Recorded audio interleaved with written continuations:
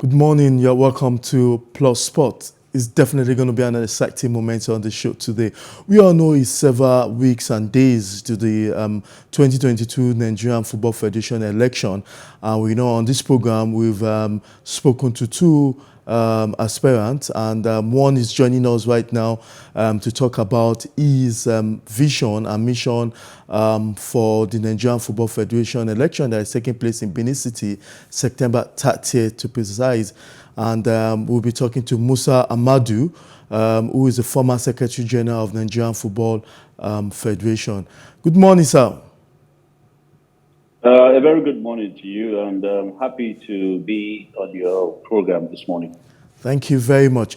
All over the news, we have you, Musa Amadu, that you have a vision to restore Nigerian football's glory. And it seems that you are the closest to that position, if Amadu, from our own analysis and statistics and achievement, it seems you are the closest to that position. Tell us what you mean by restoring Nigerian football's glory. Right. What I mean by restoring the glory of Nigerian football is to say that we have been in better positions. I remember in 1994, after the exploits of the Super Eagles at the Africa Cup of Nations in Tunisia, they traveled across the Atlantic to go to the North America, to the USA to be precise, and they were able to get to the round of 16, and were also able, the Super Eagles, to qualify to win the gold medal in the 1996 Olympic Games in Atlanta.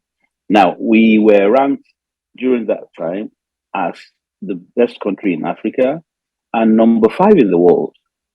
And this abysmal slide that we have had in our football, where now Nigeria is ranked number 4 in Africa and number 31 in the world, it's not good enough. Nigeria is supposed to be the leading member association in Africa, and we should be ranked in the top 20.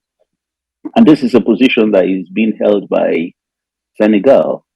Now, let me put this in proper perspective so that people understand what I'm talking about. Nigeria produces more young talent to the continent of Europe seasonally, more than all the African countries put together. We're a large exporting player nation. We're a net player exporting country. We're the Brazil of Africa, in the sense that Brazil exports more players to the continent of Europe from South America. And it's the same thing with Nigeria.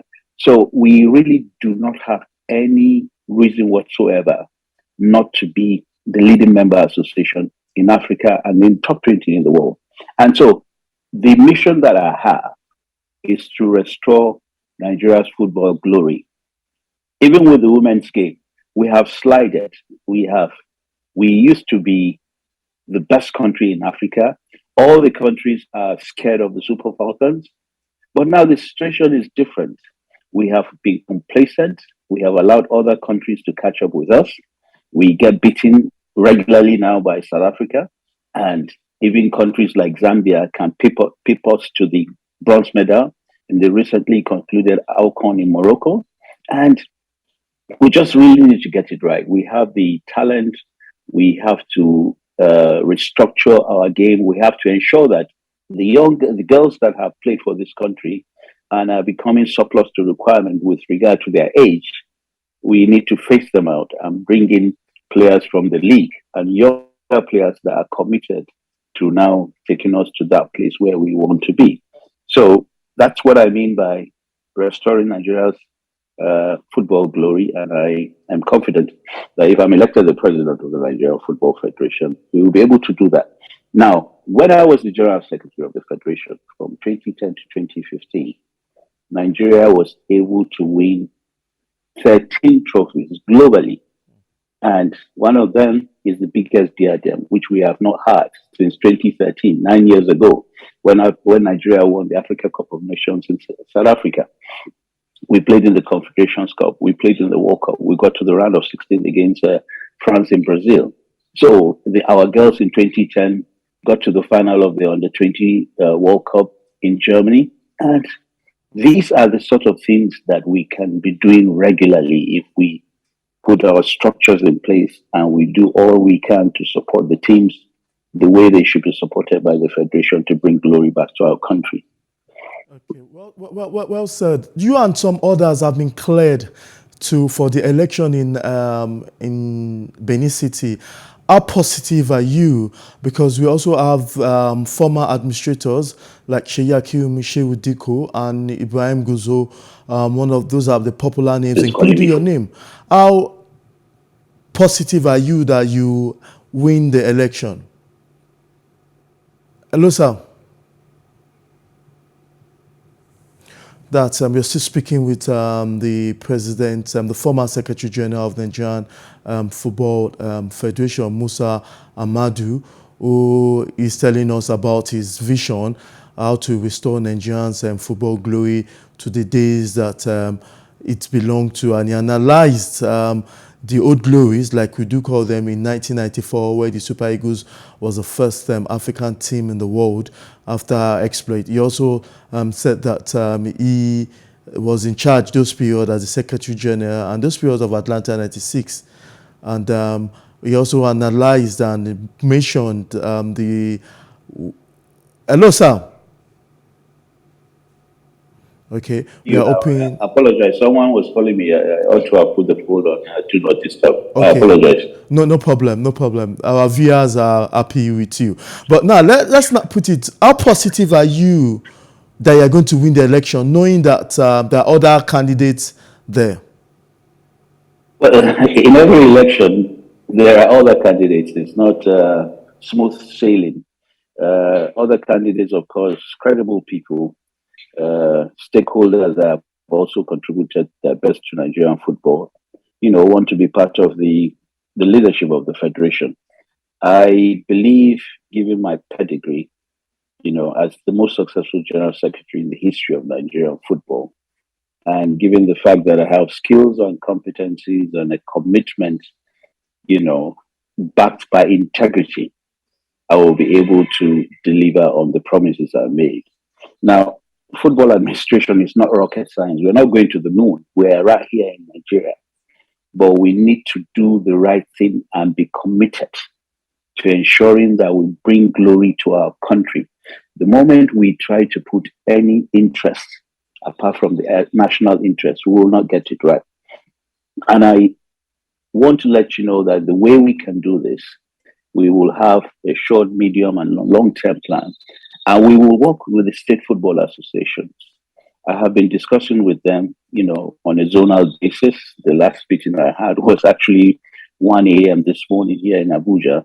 And we're trying to let them know that the relationship between the federation and the state football associations now is more or less like a master servant relationship. They only get what the federation wants to give them. There is no planned budgeting for the state football associations, unlike what we had when I was general secretary. So we're telling them that we need to create new revenue streams for the state football associations, the most critical vehicle we can use for grassroots and youth football development in their various states, for them to be able to get into their local government councils, to be able to now generate and get all the football talents that we have in Nigeria, and nurture these young men and women, young boys and girls, to now in under 13, under 15, and under 17 competitions on a state basis. And they will also have, like the last zone I discussed with was the Northeast zone. And I said to them, you can also have a program where you have zonal competitions for your under 13, under 15, and under 17. Now, if all these zones are doing this on a seasonal basis, Nigeria would have so many players and they will have their data captured so that anytime we have competitions, these various teams in the various zones are already set for them to now go into international competitions to, represent Nigeria. We also have to bring back the concept of football in schools. Even FIFA itself recognizes the fact that football needs to be promoted in the schools. That's why for now, among their 211 member associations, 13 of them have started the football in schools program. The latest one was during the under 20 Women's World Cup in Chile that just finished 3 weeks ago. And this is the sort of thing that we should also be doing with our state football associations. We need to create new revenue streams for them. We are discussing with a sponsor that will guarantee sponsorship. You know, they will get quarterly subventions from the NFF that they will be using for their activities. We'll also, interact with the state governments. We will show them the programs and activities that need to be executed by the state football associations, and we will go on a courtesy call to the governors and convince them about the short, medium, and long-term benefits of using the state football association to drive the process of youth football. The benefits are immense, both on the short, medium, and long term. And we will also be able to also convince corporate organizations that make their profits and revenues in the various states to do corporate social responsibility. We don't really need them to give funds to the state football associations, but they can look at an area infrastructurally in terms of facilities, which they can help the state football associations to build. And this is the way we have to go. We have to plan from the grassroots, bottom up, and make sure at the end of the day, we have a reservoir of players that Nigeria can call upon at any time, to execute its programs and activities internationally on the field of play. It's obvious that I'm engrossed. I need to let you know that it's obvious that if you become the NFF president, you'll see the old days of football back. Lastly, before I let you go, what's your plan for the local football? Because it seems that that needs also needs to be restored to the glories days. So, what's your plan for the local football? Right. We need to repackage and rebrand our leagues completely. I remember some years back when I was with the Federation and when we were at the saddle of leadership, the Premier League in Nigeria was among the 5 leading football leagues in Africa. But you cannot say this. I really do not even know the position now, whether we're 10 or 15 in Africa. And it's not really good enough. That's why we always have issues with our teams not being able to qualify for the group stages of the Confederations Cup, of the Champions League, and such competitions that take place in Africa. This is not good enough. The talent and the players we have in the league are enough for us to build a brand. We have to build a product that will be attractive to sponsors, that will be attractive to the fans and get them to come back to the stadium instead of being glued to their TVs and watching English Premier League and such other leagues. The change has to start from here. And I know that the biggest problem we're having in terms of rebranding this league would be we have to bring back integrity into the game. We have to ensure there's a level playing field for all the teams, and we have to ensure that we have the best for our referees. Our referees are being put under so much pressure by clubs, in order for them to change or to favor teams that are playing, either at home or the guys that give them the highest, amounts to change the outcome of every game. So we must make sure that we change the way refereeing is done in Nigeria and ensure that the best and the most elitist referees, well remunerated, are the ones that will be in charge of our games.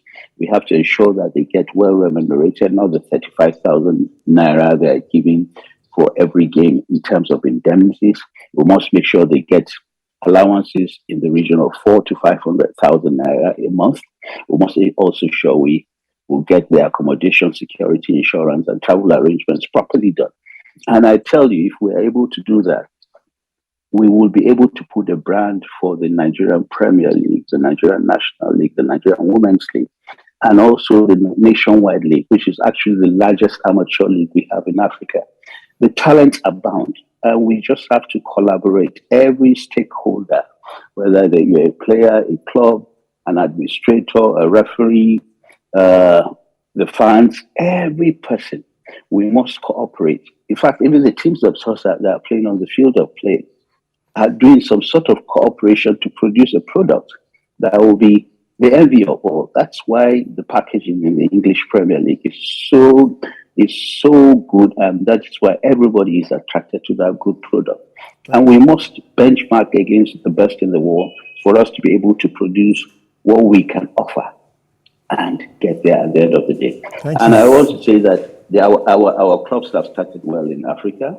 I mean, they're having their return legs this weekend, and I'm confident that the 4 teams representing Nigeria will get to the next stage. And I wish them all the best in this regard. Yes, thank you very much, Musa Amadu. I'm sure Nigerians wish they can come out and vote. Thank you very much. But unfortunately, the vote is just within the state FA chairmans and some executive. Thank you very much for your time. We can only wish you the best when it comes to the election, September 30th in Bay City. Good luck in your election, sir. Thank you for having me on this program. I appreciate your invitation to me. Thank you. With that, the former Secretary General of Nigerian Football Federation, and away from that, I hope time will permit us. We have Toby Amusan and Esebume. For the first time, they came to the country from July that they had the World Indoor Championship, to the Commonwealth Games, to the Diamond Leagues and all that. Yesterday, they came to the country and in celebration and unveiling for their performances and putting Nigeria on the good light in terms of sport. We had them talking to us about their next plan after for the next season, now that the Diamond League is over, and what will be the next project for themselves. It's all centered around work, hard work, and it's just a great privilege to be alive and doing what I can do with my God's given talent, and it's an awesome feeling. Trust me, it's an awesome feeling, and I'm just thankful to be out here showcasing what I can do and what a girl child can do, and I couldn't be more thankful for that. You don't want to hear all of that, but let me tell you, the struggle has been real, but with God, I've been grounded on my goals, and with the help of, my support system, my coach, and, a lot of prayers, I was able to, come out on the top of everything I did this year, and I couldn't be more thankful, like I usually say. I don't know. A long time ago, while I was in high school, and ever since then, I've been doing so well, thanks to God, and I'm super happy that so far my performance, has brought me, this package, and I can't contain my joy at the moment because Trust Bank has, brought this platform, this initiative, to throw light into track and field in Nigeria, and I'm happy to be a part of it. And hopefully, by the grace of God, we pray that this keeps going on and things get better in the future. Right now, I am looking forward to the World Championship next year, and the World Indoors is cancelled, so it's just the World Championship next year and all other meets. It feels great, to be an inspiration, to be able to impact in the lives of other young ones, and I'm glad I'm doing this, and I pray that God give me the grace to continue to do so. The last jump was the highlight of it all. I'll say it has always been inside of me, but then I needed something to bring it out of me, and that was determination. Because I was determined, I was focused, I was able to bring that out of me, because that was actually the goal, and thankfully we got a 7 minutes. Yes, the first speaker, as we all know, that is Toby Amusan. Plus Sport was there live at the unveiling that took place in Lagos yesterday. And we'll be giving you more on what you know as they unveil their plans for next season. Plus Sport is in touch with Toby Amusan and Esebume to give you the latest update in what they intend to do for next season. And this is all we could take on today's program. Thank you very much for joining. And don't forget to join us on all our social medias and do as the conversation will always continue on that platform. Thank you very much. I'm still Mudashiru Shitu.